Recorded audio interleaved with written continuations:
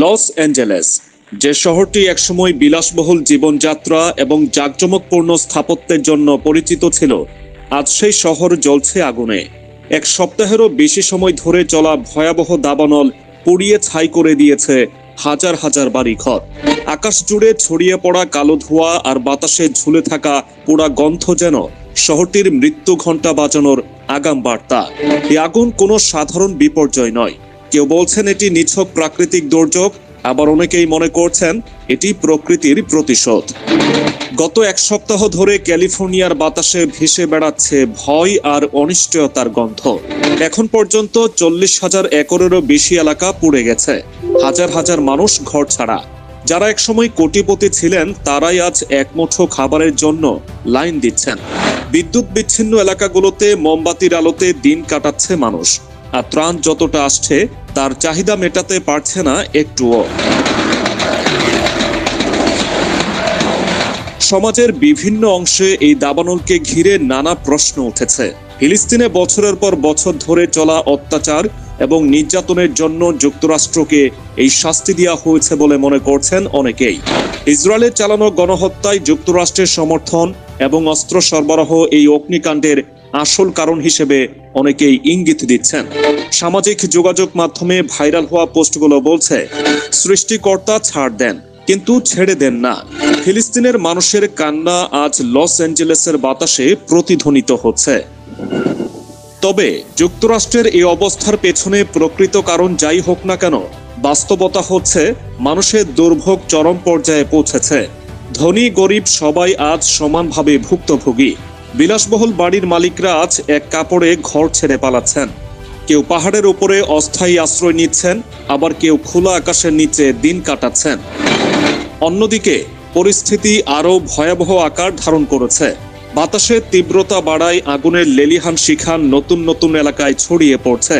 Fire department এবং আন্তর্জাতিক সাহায্য আসলেও আগুন নিয়ন্ত্রণে আনা সম্ভব হচ্ছে না। প্রশাসন বলছে আগামী 24 ঘন্টা থেকে 72 ঘন্টা অত্যন্ত গুরুত্বপূর্ণ, কারণ যদি আগুনের এই দাপট বন্ধ করা না যায় তবে পুরো লস অ্যাঞ্জেলেস মানচিত্র থেকে মুছে যেতে পারে। এই দাবানল শুধু বস্তুগত ধ্বংস নয়, বরং একটি মানবিক বিপর্যয়। প্রতিদিনই লোকজন নিখোঁজ হচ্ছে, ধ্বংসস্তূপের নিচে হারিয়ে যাচ্ছে বহু মানুষের জীবনের গল্প। ফায়ার ফাইটাররা প্রতিনিয়ত তাদের জীবনের ঝুঁকি নিয়ে চেষ্টা করছেন আগুন থামানোর, কিন্তু প্রকৃতির এমন প্রতিশোধের সামনে প্রযুক্তি যেন অসহায়। বিশ্বজুড়ে মানুষ এই বিপর্যয়ের জন্য যুক্তরাষ্ট্রের আন্তর্জাতিক নীতিকেই দায়ী করছেন। ফিলিস্তিনের নির্যাতিত মানুষ যারা দিনের পর দিন ইসরায়েলের বোমার নিচে চাপা পড়েছে, তাদের কান্নার প্রতিধ্বনি আজ যেন এই আগুন হয়ে ফিরে এসেছে। কেউ কেউ বলছেন এটি স্রেফ শুরু, প্রকৃতি তার শোধ নেবে।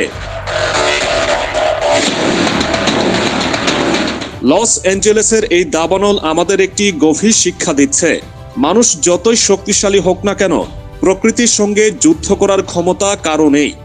অন্যায় ও দুর্নীতির ফল একদিন ফিরে আসে, আর যখন তা আসে তখন সেই প্রতিশোধের আগুনে পড়ে যায় সবকিছু। আজ লস অ্যাঞ্জেলেস যেন সেই শিক্ষা আমাদের চোখের সামনে তুলে ধরছে। আগুনের তাণ্ডব থামানোর চেষ্টা চলছে, কিন্তু শেষ পর্যন্ত প্রকৃতির কাছে কি কোনো প্রযুক্তি বা শক্তি জয়ী হতে পারে?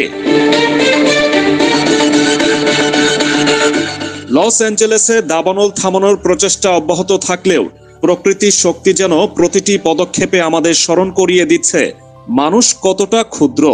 দিনের পর দিন আগুনের দাপটে একসময় যে শহর ছিল আলোর ঝলকানিতে ভরপুর, সেটি আজ অন্ধকারে ঢেকে গেছে। আজ সেই শহর জ্বলছে আগুনে।